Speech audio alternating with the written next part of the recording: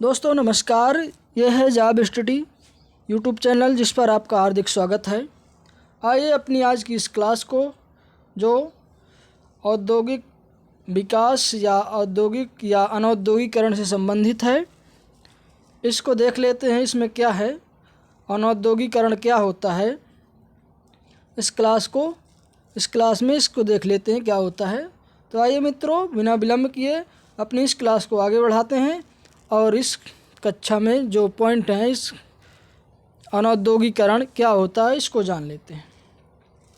मित्रों, अनौद्योगिकरण का जो समय था भारत में वो 1800 से लेकर 1850 के समय माना जाता है, बीच के समय को माना जाता है। यानी भारत में जो अनौद्योगिकरण था उसका जो काल था, समय था, वो 1800 से लेकर 1850 के बीच था।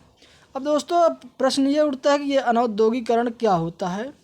तो दोस्तों अनौद्योगिकरण एक ऐसी स्थिति होती है जिसमें जो होता है उद्योगों का जो है ह्रास होता है, पतन होता है, उद्योग विकसित नहीं हो पाते। इसी स्थिति को है जो दोस्तों अनौद्योगिकरण या विऔद्योगिकरण कहा जाता है। जब किसी देश के उद्योगों का विकास न होकर के ह्रास होता है, पतन होता है, उस स्थिति को ही हम अनौद्योगिकरण या विऔद्योगिकरण कहते हैं। समझा मित्रों आपने क्या होता है अनौद्योगिकरण? और इसी के विपरीत कर दें उद्योगीकरण तो क्या हो जाएगा? उद्योगीकरण में जो होता है किसी देश के उद्योगों का खूब विकास होता है। ठीक है मित्रों, आगे बढ़ते हैं।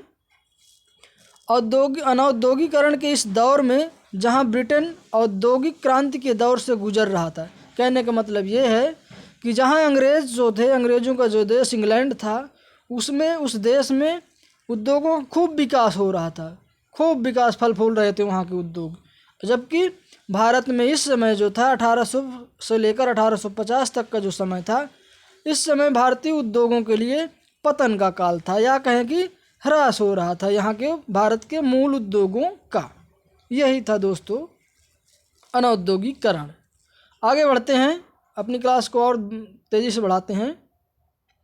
अब देख लिया कि आपने कैसे, यानी भारत में तो औद्योगिकरण का पतन हो रहा था, अनौद्योगिकरण, लेकिन अंग्रेज़ों को यहाँ इंग्लैंड में जो है उसको उद्योग उसके खूब फूल फल रहे थे।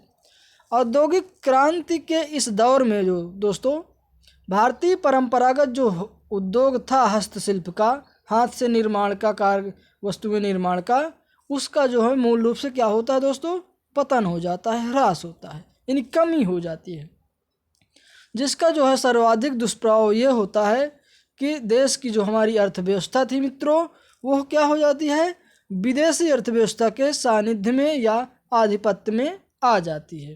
कहने का मतलब है कि अपनी जो देश की मूल अर्थव्यवस्था थी उसका ह्रास हो जाता है और अब अधिक से अधिक विदेशी अर्थव्यवस्था के आधिपत्य में हमारी अर्थव्यवस्था आ जाती है। ठीक है मित्रों, आगे देखते हैं, फिर आगे बढ़ते हैं। अमेरिकी एक अर्थशास्त्री है जो मारिस नाम है उनका। क्या नाम है? अमेरिकी अर्थशास्त्री मारिस। वो क्या कहते हैं देख लेते हैं। औद्योगिक क्रांति के बाद का यह बदलाव अपरिहार्य था। औद्योगिक क्रांति के बाद का यह बदलाव जो था अनिवार्य था, अपरिहार्य था। जहां औद्योगिक क्रांति के बाद इंग्लैंड जो है, इंग्लैंड के पतनशील हस्तशिल्प उद्योग बड़े कारखाने और उद्योगों में अपने को खपा कर जो है स्वयं की क्षतिपूर्ति कर ली। वहीं भारत में ऐसा कुछ नहीं हुआ, बल्कि 1856 से 60 के दशक में भारत में जो है कारखानों का अस्तित्व ही नहीं था।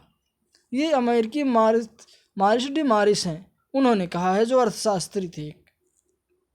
उन्होंने कहा जब औद्योगिक क्रांति इंग्लैंड में हुई थी तो उस समय का जो बदलाव था वो अपरिहार्य था, और जहां औद्योगिक क्रांति के बाद इंग्लैंड जो है पतनशील, उसके जो उद्योग पतनशील होने लगे, लेकिन बाद के काल में फिर आकर यहाँ भारत में है जो दोस्तों उसने अपने उद्योगों का आकर के पूर्ति कर ली, यानी जो हानि हुई थी भारत में आकर उसने पूर्ति कर ली।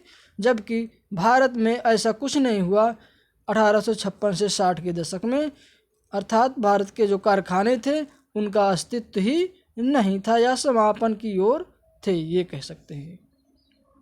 आगे फिर बढ़ते हैं मित्रों।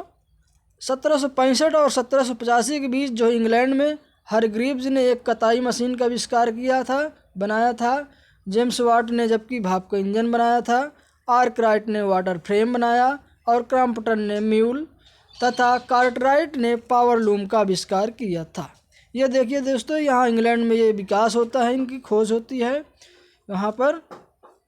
आगे फिर देखते हैं 18वीं सदी के यह सभी आविष्कार जो होते हैं मित्रों, अपेक्षित शक्ति के अभाव में तब तक अपेक्षित थे जब तक कि भारत की लूट से संचित पूंजी व्यापक पैमाने पर इंग्लैंड नहीं पहुंच जाती। कहने का मतलब ये है कि जब अंग्रेज़ों ने भारत के धन को लूट करके अपने देश में उस पूंजी को लगाया, तभी थे यह जो विकास हुआ यहाँ का या ये जो खोज हुई संभव हो पाया था। आगे देखते हैं मित्रों, कह सकते हैं कि भारतीय पूंजी की बदौलत ही अंग्रेज़ों ने अपने उद्योगों को गति प्रदान की थी, ये निचोड़ रूप में कहा जा सकता है। आगे देखते हैं, जो परंपरागत भारतीय जो हस्तशिल्प उद्योग था उस जो पतन हो गया था, पर गवर्नर जनरल जो है लॉर्ड बेटिंग की सरकार ने या बेटिंग ने कहा था एक बार कि इस दुर्दशा का यानी भारत के जो उद्योगों की दुर्दशा है व्यापार के इतिहास में जोड़ नहीं है।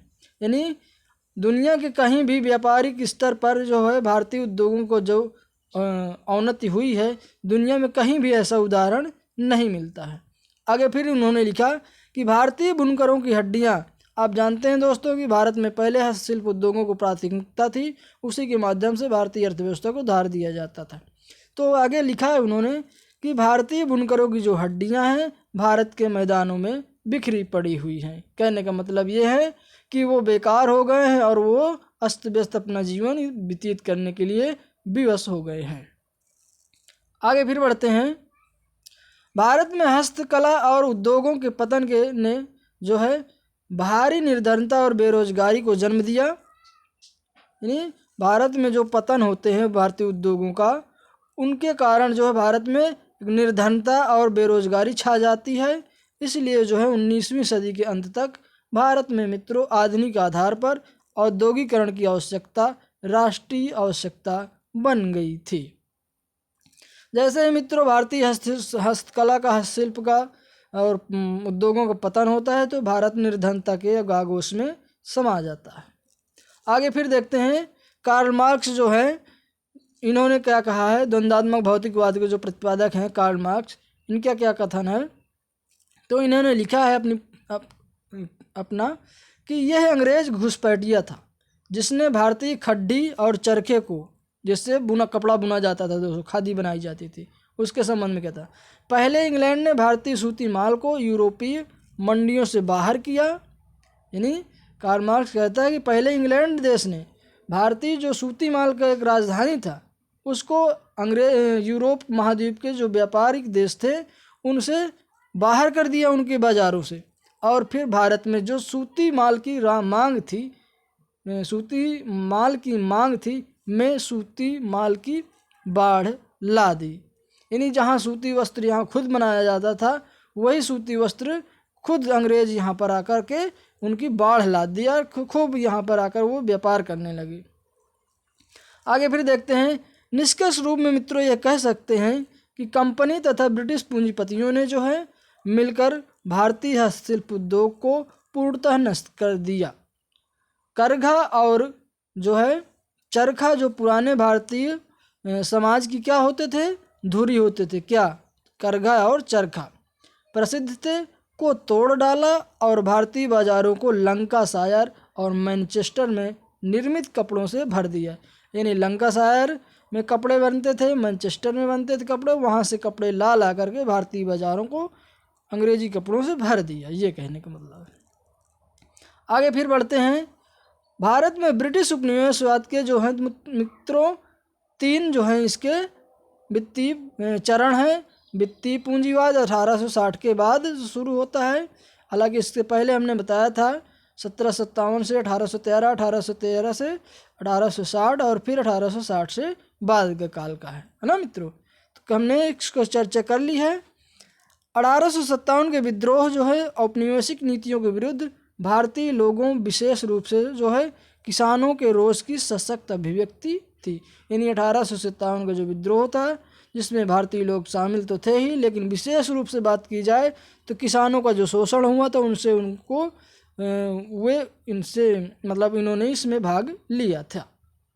विद्रोह के बाद जो है ब्रिटेन जो है मित्रों, ब्रिटेन और भारत के रूढ़वादी प्रतिक्रियावादी जो तत्वों में है मेल मिलाप हो जाता है। कब?